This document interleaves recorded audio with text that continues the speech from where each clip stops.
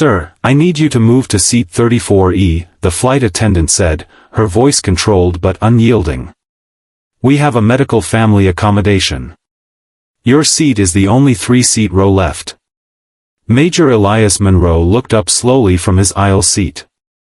His posture was precise, even at 82, but his expression bore the quiet weight of someone used to bearing discomfort alone.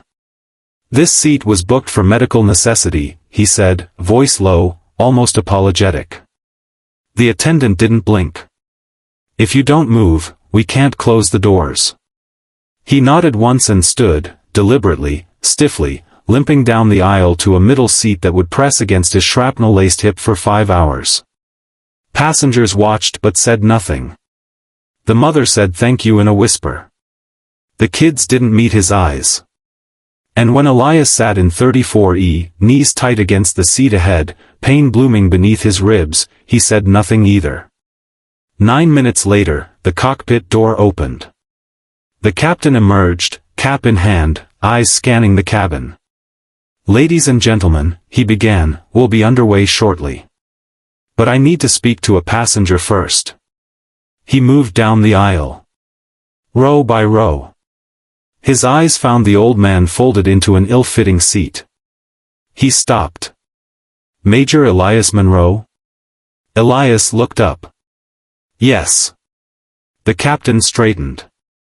"Sir," he said, loud enough for everyone to hear, "I know who you are. And I know this seat was wrong." He saluted, then turned to the flight attendant. "Escort this man to 1A. Murmurs rippled. Phones tilted. Someone gasped. Elias blinked slowly. "There's no need." "There is," the captain said firmly. "There absolutely is." As Elias stood again, leaning heavily on his cane, passengers did something unexpected. They applauded. Not loudly.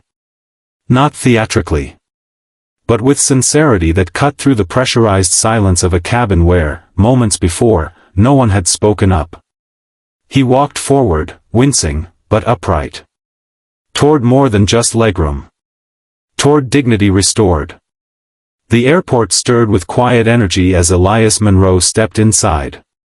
The automated doors whispered shut behind him, and the overhead lights painted long shadows across the terminal floor. He walked slowly, methodically, leaning on a polished cane.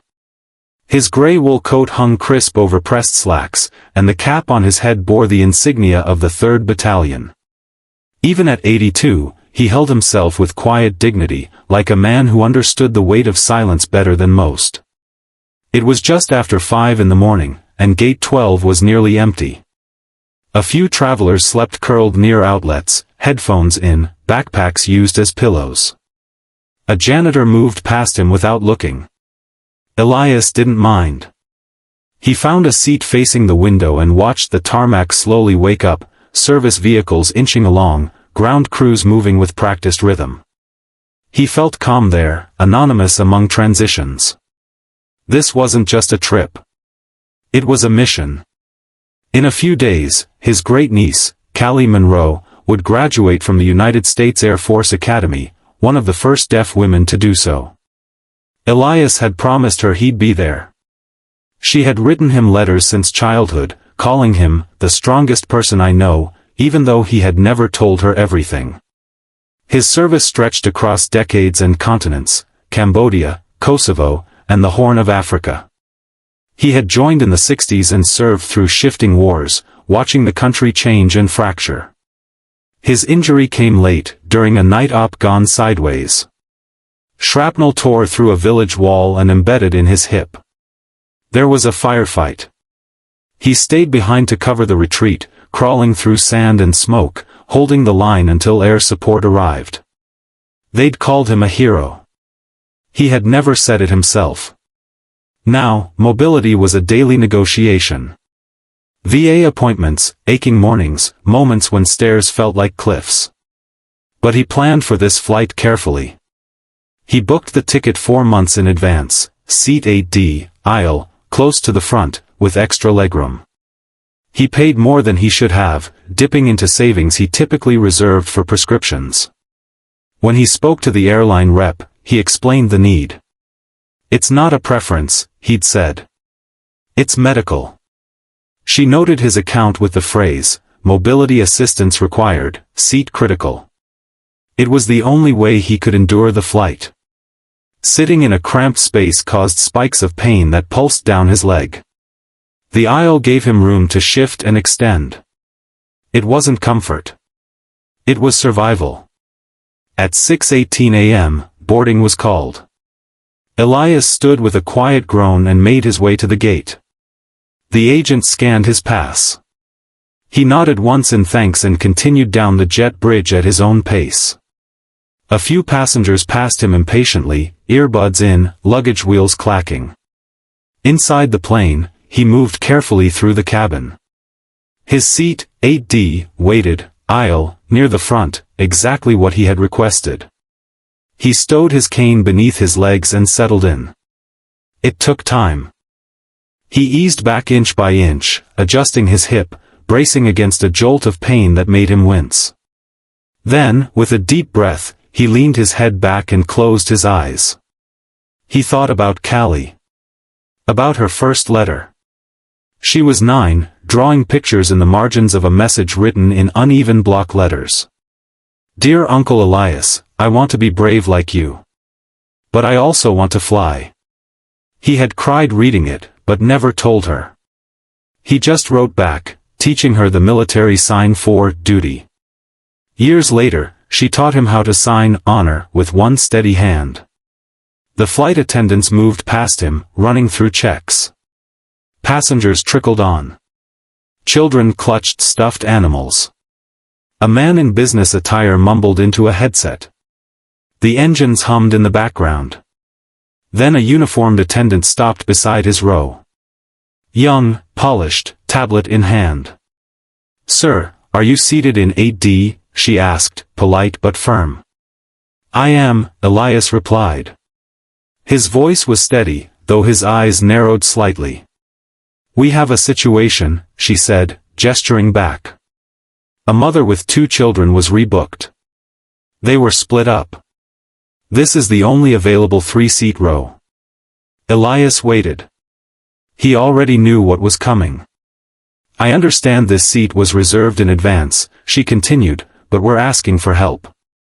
We can't accommodate them otherwise. If you could move to 34E.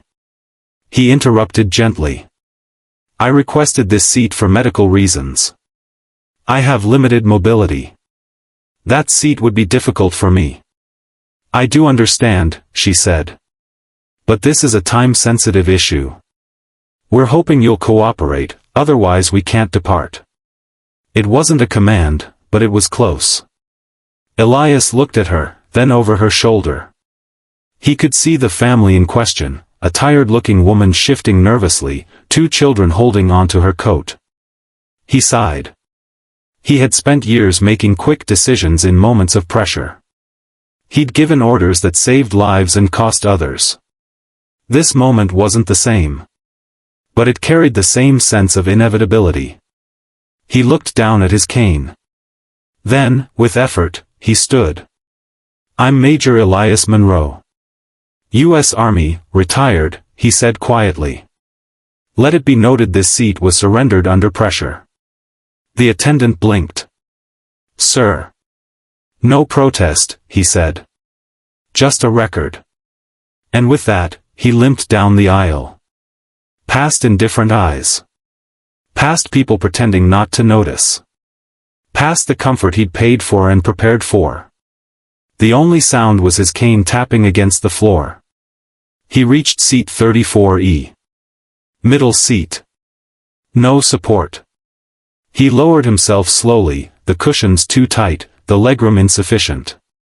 His hip flared as he adjusted, pain radiating with each shift. Nobody looked at him. Nobody offered to help. And so he sat in silence, alone in a crowd. Waiting for the next act.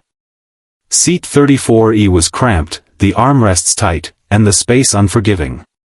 Elias Monroe, retired Army major, sat between a teenager glued to a phone and a man already snoring softly.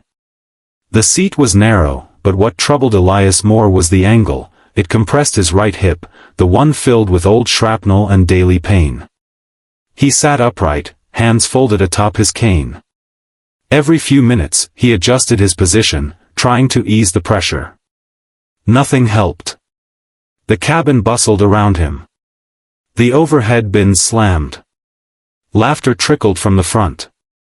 Flight attendants moved briskly down the aisle, finishing safety checks, addressing seat changes.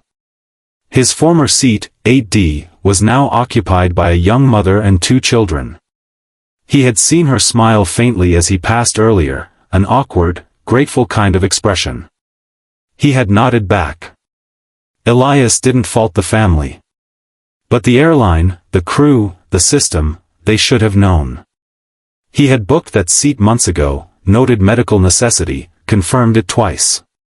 He had done everything right. But here he was, crammed in a center seat, legs twisted, mobility aid at his feet. And not one person had tried to stop it. He sat in silence, breathing slowly. Pain had taught him patience. But this pain was more than physical.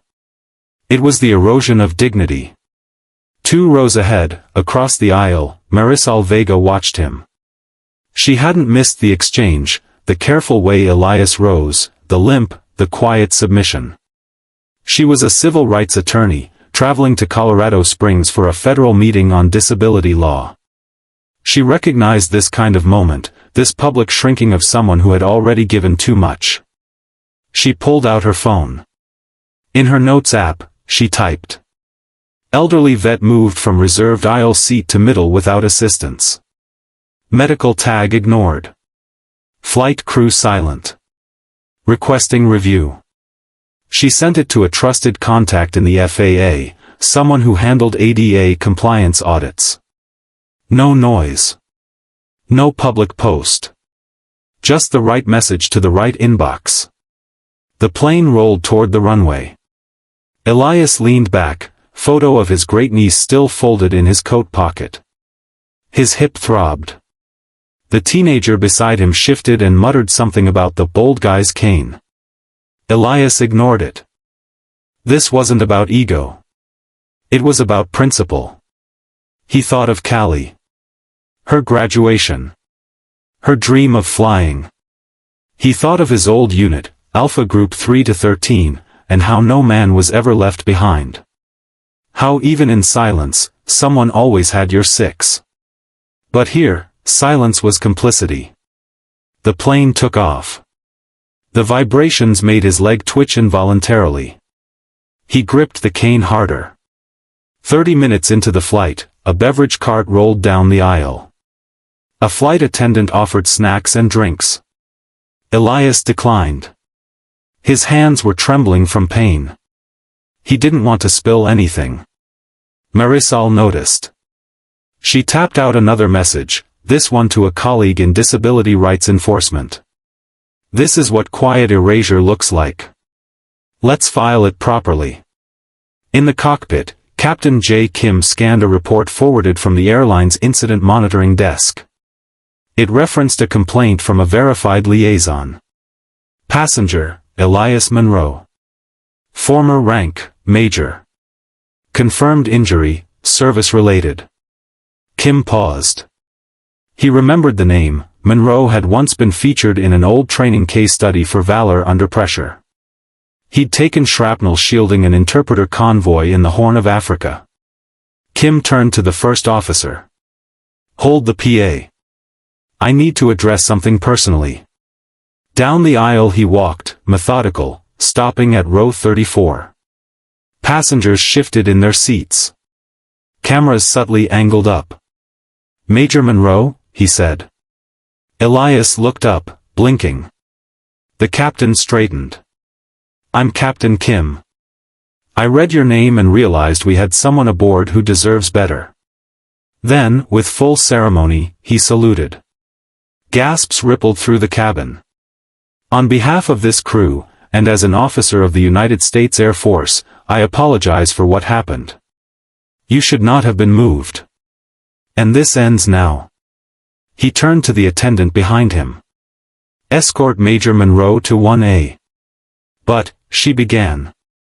If it's occupied, explain that the captain is reclaiming that seat for a man who's given more than most ever will. A moment of stunned silence. Then Elias stood slowly, steadying himself with the cane. Someone clapped once. Then again. Within seconds, the cabin filled with applause. Not forced. Not loud. Just sincere. He didn't smile. But he nodded. As he walked forward, the pain still flared, but something else pushed it back. Not pity. But respect. The atmosphere in the aircraft had shifted following Captain Kim's direct intervention. What had begun as a standard commercial flight transitioned into a moment of institutional reckoning. A single act, executed without fanfare yet underscored by military decorum, had exposed a fissure within the system, one that many passengers now recognized in silence. Major Elias Monroe was seated in 1A, a first-class window seat typically reserved for priority travelers or frequent flyers. The flight attendant who previously approached him now handled his relocation with unspoken contrition, her professional posture visibly strained. Elias, for his part, offered no commentary. He sat with quiet reserve, placing his cane within arm's reach and adjusting the seat slightly to mitigate the pain that had become a constant undercurrent in his daily life. From row 11A, Marisol Vega observed the developments with measured intent. The captain's recognition of injustice, delivered with both authority and respect, had affirmed what she already suspected: this was not merely a customer service lapse. It was an operational failure grounded in policy oversight and insufficient staff training regarding accessibility accommodations, failures with legal and ethical implications. She began compiling a detailed account of the incident, complete with time stamps, names, and FAA regulation references. Specifically, she cited 14 CFR Part 382, which governs the non-discrimination on the basis of disability in air travel. Her professional experience had taught her that documentation, not outrage, precipitated systemic change. A credible witness could elevate anecdote to admissible evidence. Midway through the flight, Elias requested only water. He declined a meal. The attendant offered to help with his tray, but he demurred. She did not press further. The remainder of the cabin had quieted, passengers now acutely aware of the man in 1A and the interaction that had redefined their journey. The airline's internal communications team, alerted by the captain's report, began preparing an incident response brief before the aircraft had even touched down. Passengers had posted discrete snippets of the encounter to social media. No video of the actual relocation existed, but the captain's salute had been captured and rapidly shared. Within an hour, the clip was trending under a modest hashtag honor in flight. No names were attached, per airline policy, but internet researchers quickly identified the man in question: Major Elias Monroe, U.S. Army, RET, Bronze Star recipient. Marisol's phone vibrated. A response from her FAA contact had come through. Acknowledged. We've opened a preliminary inquiry. Initial review suggests potential breach of 382.31(b), failure to accommodate known mobility limitations. Please forward statement and supporting materials. She drafted her response immediately, her tone formal. Passenger was reassigned for medically necessary seating despite prior arrangements. Airline staff did not offer equivalent accommodation nor confirm physical capability to manage relocated position. Captain's corrective action appreciated but reactive. Underlying procedural deficiency remains unaddressed. It was not personal. It was procedural. In 1A, Elias shifted slightly to stretch his leg. A flight attendant noticed, offering a pillow without prompting. He accepted it with a nod. He still had not spoken about what occurred. His training had long conditioned him to absorb discomfort with minimal complaint. But something had shifted internally. It was not triumph, nor vindication. It was something subtler: acknowledgement. A younger man seated in 2B leaned forward. "Sir, he said quietly, I just want to say thank you. For everything. Elias gave a slow nod. You're welcome, he said simply. Elsewhere on the aircraft, quiet conversations unfolded. The original seat's occupants, the mother and her children, were among the few who did not speak. The mother, head lowered, remained focused on her children's tablets. She had not requested the seat change, only accepted what was offered. Yet the unintended outcome weighed visibly on her. Marisol watched her, then typed a brief addendum to her case notes. Family involved was not at fault. Responsibility lies with procedural judgment at boarding and failure to escalate appropriately. Note, systemic misapplication of voluntary compliance terminology under pressure. The pilot returned to the cockpit after speaking briefly with Elias. He issued no further announcements. He understood the significance of what had occurred. It would be in the logs. And, more likely than not, in tomorrow's inbox. As the Rocky Mountains came into view through the cabin's left windows, the plane began its descent. Elias looked out at the familiar terrain. Colorado Springs. He had not been here in decades. Not since Fort Carson. Not since the days when mobility was fluid and unconsidered. Now, each movement was calculated. A final announcement from the captain came as they reached final approach. Ladies and gentlemen, thank you for your cooperation today. We're honored to have had a distinguished passenger aboard. Let today serve as a reminder that respect should travel with us, at all altitudes. No names. But everyone knew. Upon landing, ground staff were already preparing for protocol adjustments. The gate crew had been notified to handle Elias's deplaning with full accommodation. A wheelchair was positioned discreetly near the jet bridge, not forced, not assumed, but offered. As Elias stepped off the plane, he turned briefly to the captain. Thank you, he said. Kim replied without hesitation. It was the least we could do, Major. And with that, Elias exited into the terminal, not cheered, not escorted. Just seen. The moment the plane touched down in Colorado Springs, the energy around Major Elias Monroe transformed. What began as a quiet, personal indignity blossomed into a public affirmation. Video clips of Captain J. Kim's salute circulated swiftly, sparking conversations beyond the usual aviation circles. Social media timelines filled with expressions of respect and calls for accountability, but Elias remained grounded, unwilling to let the spotlight eclipse the deeper significance of the moment. As he made his way through the terminal, supported by a wheelchair offered but not imposed, he felt the weight of eyes, not just curious glances, but genuine acknowledgement.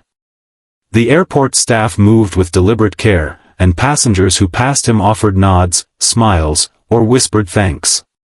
A woman with a camera paused to capture a candid image, but Elias gave no pose. His face was quiet, his thoughts distant. Within days, official correspondence began arriving. The Department of the Army had located a commendation file that had been lost for over 20 years, a bureaucratic oversight that had denied Elias the recognition he deserved for valor during a helicopter ambush in 1999. The letter detailed his actions shielding local interpreters from gunfire, a sacrifice that saved many lives but had never been formally acknowledged. One letter, handwritten by a man identifying himself as the brother of a local interpreter, moved Elias deeply. Sir, my brother owed you his life. I have spent mine trying to honor that gift. Your bravery gave my family a future. Thank you. These words, simple yet profound, resonated far more than any medal or formal ceremony. They connected Elias's past sacrifices with present acknowledgement, bridging the silence that had long surrounded him. The airline followed up as well. An official apology was issued, accompanied by an offer to designate Elias as a permanent guest of honor. This status promised future flights without restrictions, special accommodations made proactively, and personal assistance when needed. Elias accepted quietly, appreciating the gesture but remaining wary of the spotlight. In the weeks following, reporters sought interviews. Some framed the story as a victory for veterans' rights, others saw it as a cautionary tale about corporate oversight. Elias declined most requests, preferring the company of family and close friends. Among them was Callie, who proudly wore her academy uniform and shared the story with a mix of pride and determination. Their conversations often returned to the theme of respect, what it meant, who deserved it, and how it was earned and recognized. Elias taught Callie that respect was not about medals or accolades, but about seeing people fully, including their scars and struggles. Meanwhile, Marisol Vega continued her advocacy quietly, using the incident as a case study for broader reforms in airline policies on disability accommodations. Her reports, supported by Elias's testimony, helped catalyze discussions at federal levels about clearer guidelines and accountability. Elias found himself invited to speak at veterans organizations and disability rights conferences, not as a figurehead but as a witness to the ongoing need for vigilance and empathy. Each appearance deepened his sense of purpose, transforming personal pain into collective awareness. At home, he kept the faded photo of Callie signing "Respect" framed on his mantle. It was a reminder that the fight for dignity spanned generations and that even small acts, like holding a seat or saluting a man, could ripple outward. The legacy of that flight was not just a gesture of apology but a renewed commitment to seeing and honoring those who often go unseen. Weeks passed since that flight to Colorado Springs, but the echoes of that day persisted, quiet, steady, and profound. For Major Elias Monroe, the event was more than a momentary correction of an injustice, it had become a turning point that rippled far beyond the confines of the airplane cabin. In the small, warmly lit study of his home, Elias kept a framed letter from the Department of the Army pinned above his desk. The letter was formal and unadorned, acknowledging a long-lost commendation for valor during a helicopter ambush in 1999.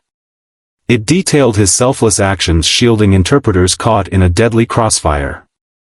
This recognition, lost in bureaucratic limbo for decades, now finally bore his name. Yet what made the letter linger in his thoughts wasn't the official commendation, it was the handwritten postscript from the brother of one of those interpreters. "Sir, my brother owed you his life. I have spent mine trying to honor that gift. Your bravery gave my family a future. Thank you." These words, raw and deeply personal, transcended any medal or certificate. They were a testament to the true impact of sacrifice, one measured in lives saved and futures made possible. The airline's response to the incident followed swiftly.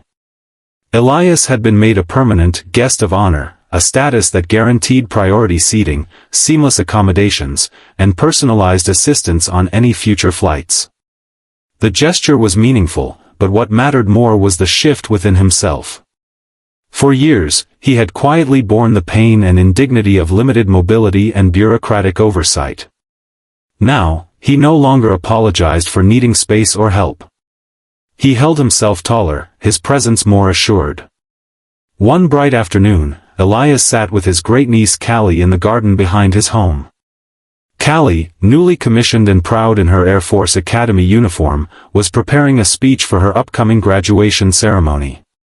She signed fluently and passionately, her fingers shaping words of resilience, respect, and hope. "Uncle," she signed, eyes bright, "you taught me what strength really means." Elias smiled gently and took her hand. "And you've shown me what hope looks like," he replied quietly. Between them stretched the invisible bridge of shared history, a lineage marked by sacrifice, perseverance, and a determination to honor one another. The lessons of past wars and present challenges intertwined, shaping their journey forward. The letters continued to arrive. Some came from veterans who recognized Elias's quiet courage in standing firm amid pressure. Others were from families of local allies in foreign conflicts, expressing gratitude for his protection of those who often remained unseen in history's margins. Each message was a thread in the fabric of his legacy, connecting him to a wider community of unsung heroes. The airline had taken the incident as a catalyst for change. New policies were enacted to ensure passengers with medical needs were accommodated without question or delay. Staff underwent comprehensive training on disability awareness and legal compliance, emphasizing empathy alongside procedure. Marisol Vega's persistent advocacy amplified these reforms. Working with federal agencies, she used Elias's story as a compelling case study in legal forums and industry conferences, pushing for greater accountability and systemic reform in air travel. Together, their efforts underscored the importance of vigilance, not just in law but in everyday humanity. Elias's days settled into a rhythm of reflection and quiet activism. He volunteered regularly at veteran support centers, mentoring younger soldiers transitioning to civilian life. His story, shared without seeking sympathy, became a beacon of resilience and dignity. The day of Callie's graduation arrived, bright and clear. Elias stood near the stage, cane in hand, the weight of years and battles behind him. As Callie walked across the platform, signing "Respect" to the crowd, Elias's heart swelled. This was more than ceremony. It was a moment where sacrifice met recognition, where legacy found its voice. He thought of the scars, both visible and hidden. Of battles waged far from the public eye, in hospital rooms, airports, and quiet moments of endurance. Not all warriors wore medals. Not all wounds showed on skin. But justice, even delayed, could arrive. And sometimes, it came not with noise, but with honor reclaimed in silence. The man who had once shielded others with his body had finally found someone willing to shield his dignity. Honor reclaimed.